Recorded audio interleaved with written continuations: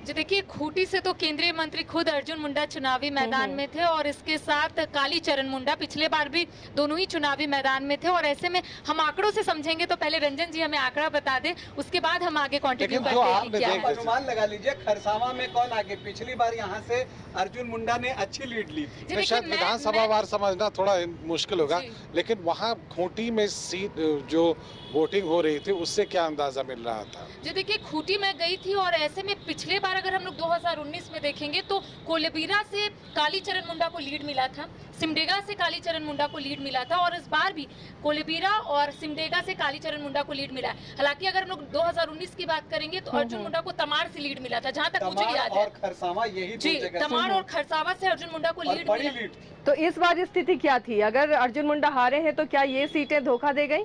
जी हाँ, पूरी तरह से ये सीटें जो है वो धोखा दे गई हैं अर्जुन मुंडा को। जो उनका सब पिछली बार भी 4 सीट पर तो वो पीछे ही थे। खरसावां और तमाड़ ही था जिसने उन्हें बचाया था। ये बड़ी लीड यहाँ की वहाँ छोटी जीत में कन्वर्ट हुई थी। तो खरसावां में भी जो है वो पीछे हैं और तमाड़ की स्थिति क्या है? तमाड़ में भी पीछे हैं। चलिए, तो कांग्रेस ने लीड किया दोनों जगह। तमाड़ में जो है उतनी ज्यादा वोटों से पीछे नहीं है, 5-7 हजार वोटों से वो पीछे हैं। जी हाँ, पीछे होना अर्जुन जी हाँ, जैसा मैंने आपको कहा ना कि कुर्मी कम्युनिटी की जो एक नाराजगी थी उसकी कीमत अर्जुन मुंडा को खरसावां और तमाड़ में चुकानी पड़ी है। और बाकी जो 4 सीटें हैं, देखिए कोलेबीरा पर बहुत उम्मीद थी कि यहाँ पर एनोसेक्का की पार्टी चुनाव लड़ रही है। एनोसेक्का इस बार बाहर थे तो एक उम्मीद थी, लेकिन आपको जानकर आश्चर्य होगा कि कोलेबीरा में भी छापा का प्रदर्शन अच्छा नहीं रहा है। 3,500 के आसपास ही तो वोट उसका फायदा किसे मिला, कालीचरण या अर्जुन मुंडा? कालीचरण मुंडा को मिला। 42,000 वोटों से यहाँ लीड कर रहे हैं। हाँ, वोट बटा नहीं और इसका नुकसान बीजेपी को। कोलेबीरा में नमन विक्सल कोंगाड़ी भी लगातार चुनावी प्रचार प्रसार करते हुए नजर आ रहे थे, क्योंकि वो विधायक है कोलेबीरा के। और ऐसे में जब हमने कालीचरण मुंडा से बातचीत की थी तो उनका कहना था कि कांग्रेस के जो विधायक है कोलेबीरा से नमन विक्सल कोंगाड़ी, वो लोगों से मिल रहे हैं, क्षेत्र का भ्रमण कर रहे हैं। तो कहीं ना कहीं ये फायदा जो है वो कालीचरण मुंडा को मिला है। यानी विधानसभा से जो विधायक रहे उन्होंने पूरा जोर लगाया है इस लोकसभा चुनाव में कि उनके कैंडिडेट, उनके पार्टी के कैंडिडेट जीते। तोरपा और जो शहरी खूंटी का इलाका है वहां पर क्या स्थिति है रंजन जी?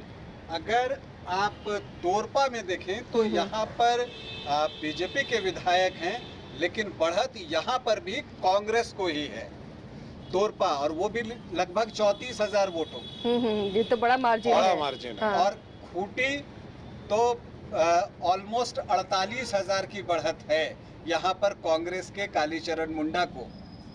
चलिए, इसलिए ये अर्जुन मुंडा के लिए इतनी मुश्किल हुई है हर विधानसभा में। खूंटी में कालीचरण मुंडा के भाई नीलकंठ सिंह मुंडा बीजेपी से विधायक हैं, लेकिन बिल्कुल मुझे यहाँ पर लगता है कि ये जो डुअलिटी थी बीजेपी के सामने, जो मुश्किल थी, या तो नीलकंठ सिंह मुंडा को ही यहाँ पर टिकट दे देना चाहिए था बीजेपी की ओर से, और या नहीं तो फिर इनको इस पूरे चुनाव प्रचार से बाहर कर देना चाहिए था। प्रॉब्लम ये है कि अब कोई पार्टी अगर ये उम्मीद करती है कि अपने ही भाई के खिलाफ वो कुछ बहुत अच्छा कर जाएंगे, और इस तरह जैसा कि जितना हम लोगों ने समझा कि वो एक संयुक्त परिवार था, और संयुक्त परिवार में कोई अगर ये समझे कि अपने भाई के खिलाफ वो चुनाव लड़ जाएंगे, ये खूंटी में जो पीछे गया है मामला, उसमें निश्चित रूप से नीलकंठ सिंह मुंडा उसके लिए जिम्मेदार होंगे। और पार्टी उन्हें किस खुशी में नवाजती रही है टिकट, ये समझ से परे है। जबकि पिछले चुनाव में जीतते रहे हैं। पिछले चुनाव में जब अर्जुन मुंडा खड़े हुए थे पिछले चुनाव में, तब भी इन पर आरोप लगा था कि इन्होंने पार्टी विरोधी काम किया। बीजेपी ऐसे मामलों में लिनियंट रही सिर्फ अपनी सीट बढ़ाने के चलते, और उसका बड़ा खामियाजा उनको बड़े रूप में, और ये सिर्फ झारखंड की बात नहीं है, ये उत्तर प्रदेश में भी हुआ है। उत्तर प्रदेश में भी इसी तरह से जो पार्टी विरोधी गतिविधियों में पहले बीजेपी अनुशासन के कारण जानी जाती थी, लेकिन इस बार उन्होंने पूरी तरह से अनुशासन को तिलांजलि दे दी। अगर आप अनुशासन हटा दें, minus discipline, BJP equal to Congress होता है। तो अगर आप कांग्रेस और अपने पार्टी में कोई अंतर नहीं कर पाएंगे तो आप वहीं पहुंचेंगे जहां आप पहुंचे। और सिमडेगा में क्या स्थिति है अभी? सिमडेगा में कांग्रेस ही आगे है और सिमडेगा में कांग्रेस हालांकि लगभग 9,500 वोटों से आगे है। यहाँ पर कॉम्परेटिवली अर्जुन मुंडा ने थोड़ा बेटर किया है, हालांकि वो पीछे है। सिमडेगा के बारे में करिश्मा बताएं।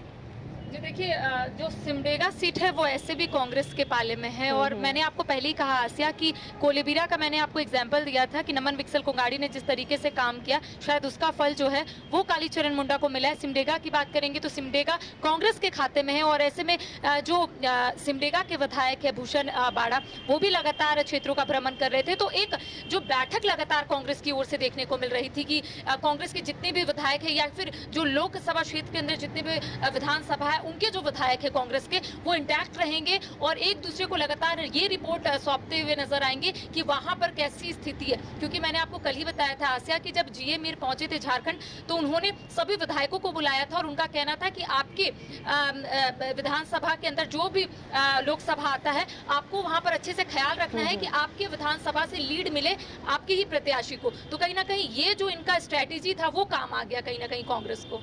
चलिए तो अब 6-0। हाँ, यहाँ तो साफ है मामला। कमाल करते हो जी, बच्चे घूमने की इतनी जिद कर रहे हैं और तुम हो कि तुम्हें फुर्सत ही नहीं मिल रही। अब इतनी गर्मी में जाए तो जाए कहाँ?